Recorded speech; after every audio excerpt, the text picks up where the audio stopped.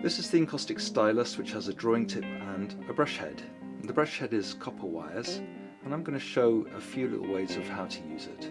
Sitting on an armchair in the winter by a wood burner with a board on my lap, a piece of card and a little compact camera that I decided I'd film this with once I'd started doing it. I got to a point where I needed to clean the brush head, and the easy way to do that is to pinch it between tissue and then put it into some clear wax and then wipe it again on the tissue, or you can pinch it if you prefer. A little hair just fell out then, so they're quite delicate, these copper fibres. If you look after them, they'll last for quite a while though, and they're really good to use. You can spread them out like this, or keep them tight like they were before. And this is the image that I'm going to do, or that I did. When you load the brush head, just lay it down into the wax and then sort of shuffle it. So just lay it into the wax and then shuffle it off onto the card, like you're sort of scribbling backwards with it. Or you can use the back heel like this, and it's a safer way. What not to do is to stab the front of the brush into the wax, because you'll just tangle the fibres. And you can see it's a bit like a wet brush, which leaves nice textures once the wax cools down. Changing colours, you can clean in between, or you don't have to, and then just laying on top of other wax or onto the card itself. And here what I'm actually doing is not putting more wax on, but just spreading out the wax that's already there, so you can blend the colours together. If you notice, the blue and the yellow makes green, the blue and the white makes a pastel blue. You can add more colours in. I'm putting white in here, but you could of course put any colour in that you want. So it's very versatile. You're able to mix the colours actually on the card that you're using. And this is a bit of archival card. See, nice textures there, nice blends. And it's a sort of bit of archival mount board actually. And just cleaning off the tip again. If it gets out of shape, just use the tissue as a pad and bend it back into the shape you want. Now you can put in stronger colour, you can put in lighter colour, you can make the waxes wetter. The more wax there is present, then the wetter it's going to be. And so I'm just working away all the time, looking at the image as it develops.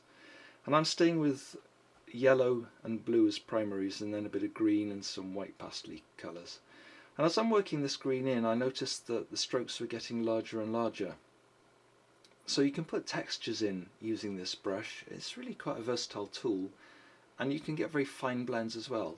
Also, when you're loading the brush, you can change the shape of the tip if you find that you've bent it by pressing too hard. Colours don't always come out the colour that you think they're going to be. Like this blue's gone a bit murky because it's mixing with all the colours that are already there. And so, as you can see at the bottom here, it needed a bit of work. So I took some yellow and I just worked through it. Now, if you think about the amount of wax that's here, there's quite a bit. So I'm working much more slowly, and I'm sort of probing my way forward. So I'm melting and barging, pushing into the wax. And it created lovely lines, which, when you looked really close, were quite interesting.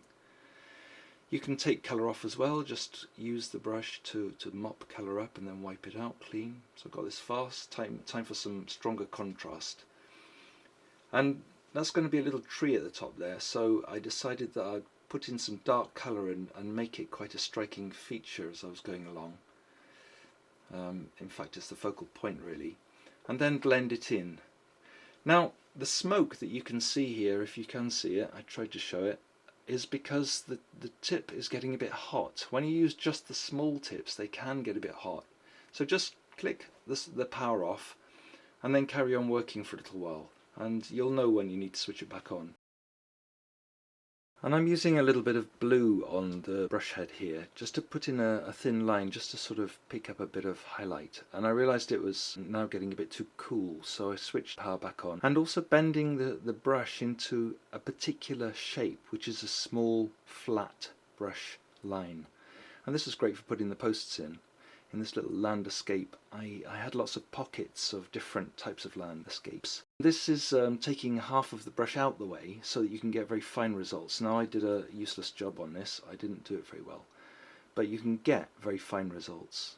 And another way of using the brush is to actually take colour off. So heat it up with the tip of the brush and then dab with a piece of tissue, and this means you can put clean colour back onto the surface of the card. Another thing you can do is spread the brushes out very, very thinly so that the wires are almost individual. You need to be careful here. I haven't really demonstrated this as well as it could have been demonstrated, but I was actually just painting and filming myself as I went along.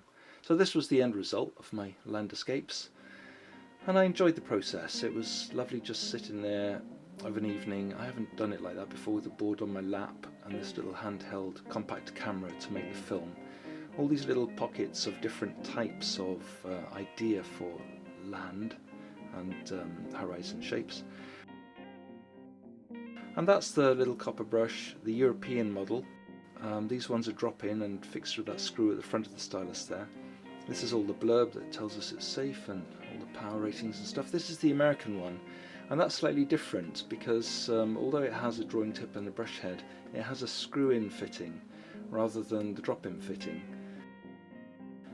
So there are different tips available as well. That's the end of my process, really. I enjoyed this little video, I hope you did, sitting in my chair and slowly melting away as normal. That's the nature of wax though, isn't it? encaustic.com, thank you for watching.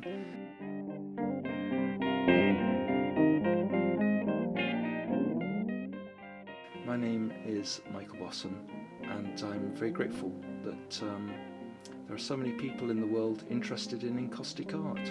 It's such a versatile medium.